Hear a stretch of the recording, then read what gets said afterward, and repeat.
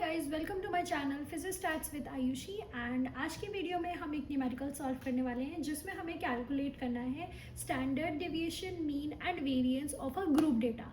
अब ungroup data का आपने प्रीवियस वीडियो में समझा था कि हमने अनग्रुप डेटा का सेम चीज़ कैसे निकाली थी। अब हम समझेंगे कि ग्रुप डेटा में स्टैंडर्ड डेविएशन एंड वेरिएंस किस तरीके से कैलकुलेट कर सकते हैं। तो सबसे पहले अब जब भी अनग्रुप डेटा था तो अनग्रुप डेटा में हमारा फॉर्मूला लगा था x माइनस एक्स बार n माइनस वन का अंडर रूट। ये हमारा था स्टैंडर्ड डेविएशन का फॉर्मूला फॉर अनग्रुप डेटा। लेकिन अब ग्रुप डेटा में स्टैंडर्ड डेविएशन को कैलकुलेट करने के लिए आपका फॉर्मूला हो जाएगा summation f bracket x minus x bar upon summation f का होल अंडर रूट। ठीक है, अब आप देख रहे होंगे कि यहाँ पे हमने फ्रीक्वेंसी को मल्टीप्लाई कर दिया है एंड बाकी सारी चीज़ें सेम है।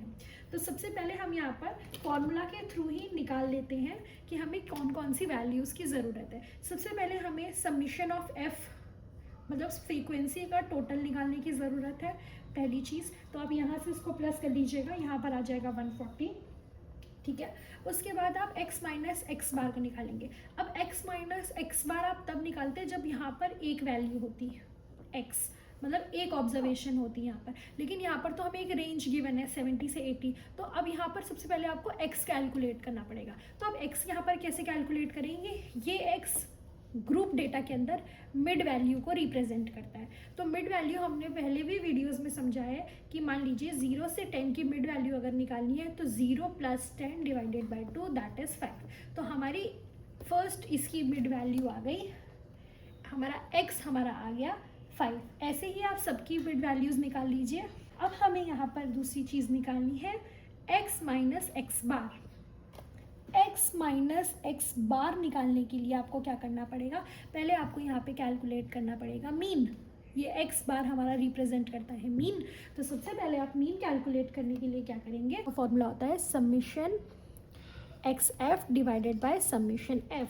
तो ये चीज़ आपको पहले कैलकुलेट करनी पड़ेगी। तो समेशन एक्स एफ निकालने के लिए आप यहाँ पर टेबल पे एक्स एफ की वैल्यू को पहले कैलकुलेट करेंगे। एक्स एफ वैल्यू हमारी होगी 5 into 5 that is 25, 10 into 15 that is 150। और यहाँ पर आपने वैल्यू समेशन वैल्यू निकाल दी 5600। ठीक है, अब आपको मीन कैलकुलेट करना है। मीन का फॉर्मूला था हमारा summation f x divided by summation of F. तो समेशन एफ एक्स हमने निकाल दिया है 5600 डिवाइडेड बाय समेशन एफ हमने निकाल दिया है 140।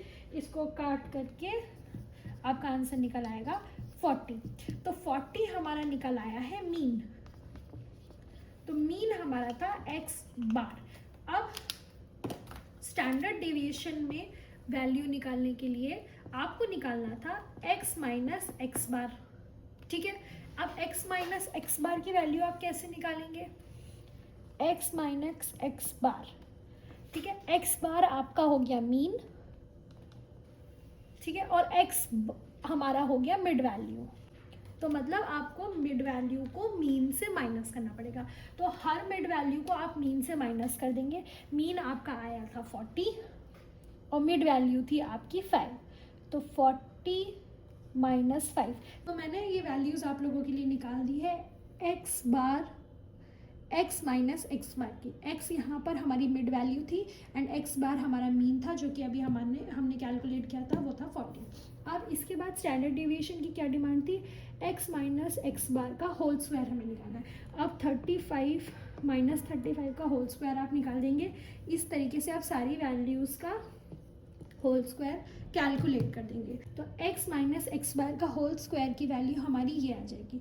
अब स्टैंडर्ड डेविएशन की डिमांड थी कि इसको फ्रीक्वेंसी से भी मल्टीप्लाई करना है। तो x माइनस एक्स बार का स्क्वायर जो हमने निकाला है इसको हम इनकी फ्रीक्वेंसी से मल्टीप्लाई करेंगे। जैसे 1225 को करेंगे इसकी फ्रीक्वेंसी से मल्टीप्लाई दैट इज़ 5। तो हमारा आंसर आ जाएगा 6125। 620 का वैल्यू निकल गई एंड इसको हम समेशन कर देंगे। तो हमारे समेशन के बाद ये वैल्यू आ जाएगी 35500। हमने सबका टोटल कैलकुलेट कर दिया है। अब हमें फॉर्मूला में पुट करना है। तो स्टैंडर्ड डिवीजन के फॉर्मूले में हम इसको पुट कर देंगे। तो हमारा फॉर्मूला था summation f x minus x bar का whole square divided by n minus 1। तो समेशन ये वाली वैल्यू हमने ऑलरेडी कैलकुलेट कर दी है, जो कि है 35500 डिवाइडेड बाय एन हमारे थे यहाँ पर 140। ग्रुप डेटा है ना, तो इसलिए हमने फ्रीक्वेंसी का टोटल लिखा है 140 माइनस 1, तो वो हो गया 139।